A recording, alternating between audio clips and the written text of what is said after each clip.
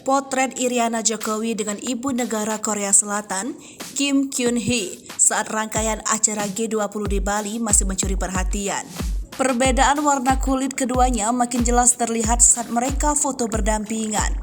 Parahnya, foto Iriana Jokowi itu justru diparodikan seolah seperti potret antara pembantu dan majikan.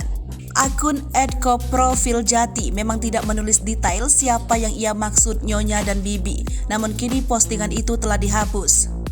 Kaisang Pangarep ikut bersuara saat sebuah postingan viral di Twitter yang terkesan merendahkan sang ibu Iriana Jokowi.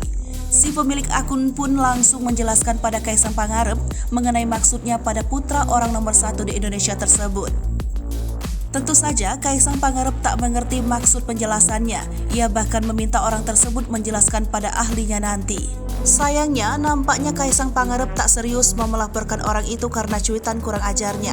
Cuitan bungsu Presiden Joko Widodo itu pun mendapatkan banyak perhatian dari warganet. Banyak yang meminta Kaisang Pangarep bisa membela ibunya, tidak hanya diam seperti yang sudah-sudah.